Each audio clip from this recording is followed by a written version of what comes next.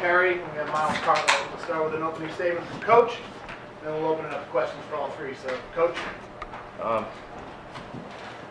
I wish UMBC nothing but the best.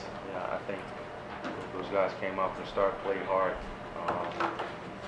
played like they were ready to win, and I wish them nothing but the best going forward. As far as Penn Quakers, I tried to talk to the guys a little bit after the game, just about appreciating the opportunity and not having a sense of entitlement as far as having a chance to compete at the Division I level. You don't get too many opportunities to play, and don't take anything for granted. Try to stay connected to the moment, from the tip. And if you get tired, exhaust yourself. And if you get tired, it's fine. It's part of the game. Extra sub and give somebody else the opportunity to contribute. So, having said that, I appreciate their effort that they gave in the second half. The battle back. They could have easily folded, especially with it being a team with no seniors and 4 freshmen and 5 sophomores and juniors. But they kept battling, so I take my hat off. Questions?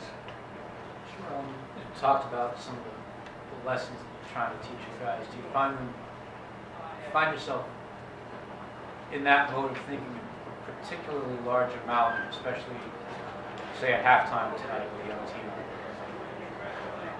When a young team is, it's a fine line you walk between trying to encourage them and motivate them and giving them hope and really instilling the discipline and attention to details. And, at halftime, we just talked about the good and the bad. The good was that we had scored 34 points and turned the ball over 15 times. The bad was we turned it over 15 times and gave up 11 offensive rebounds. So if we defended better and took care of the ball, I don't think we would have been in that position. And so I just tried to present that information to them in a positive setting, but also with a certain sense of urgency. Coach, can you talk about the spark you got from Patrick tonight? I thought we're so deep just in terms of separation amongst players so that I can't really say. I would be lying to you if I said I knew Patrick was going to give us 15 points and 5 steals. But the one thing I appreciate was the fact that when his number was called, he was ready. And if not for it, I'm not sure if we would have been victorious tonight. And hopefully, going forward, all the guys can stay locked in, and it's that we don't know, whose night it's going to be, to help us win. But if they're called upon, the guys need to be ready. Talk about the contributions from your freshmen tonight and what your expectations were for them going into their first college game. You try not to put too much pressure on them. Yes, we want them to have an impact, but try to lighten the load and just keep things simple. And really try to get them to do all they can defensively. And with the appreciation that sometimes they're going to start to wander and not necessarily be locked in on that possession.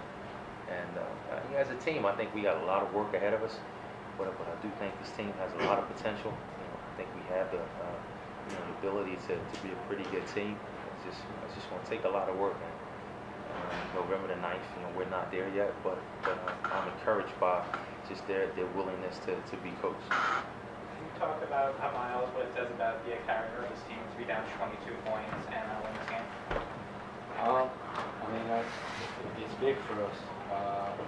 We went into halftime, talking about, tightening up our defensive principles, and I thought we came out in the second half and really played hard and tried to execute to our full ability. And I think that's really good for our confidence. And we shouldn't have been in that situation, but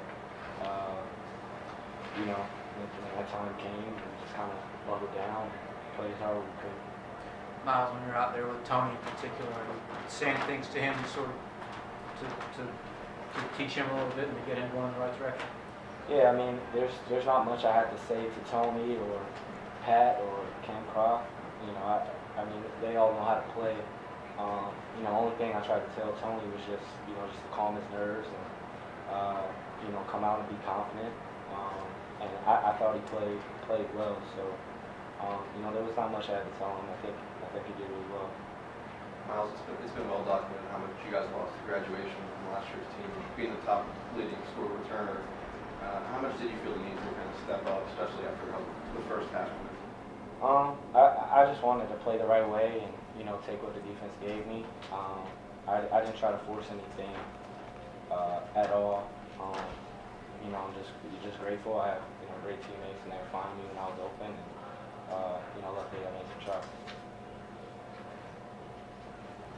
Patrick, do you feel, you know, when you get called and come into the game, you guys are struggling a little bit? I mean, what's your mindset? You in there for try to spark on offense, on defense, or just make contribution any way you can? Well, I would like to say, you know, when we came out, I mean, obviously we were flat and we weren't ourselves, and I think that the thing that makes us unique is that we're so deep as a team, and if we just lock in and play defense, I really don't see why we couldn't have played like that starting the second half and throughout the whole game. And what do you think accounts for this shift in the defensive intensity of the second half? I think it's just a mental mindset that we have to have before the game.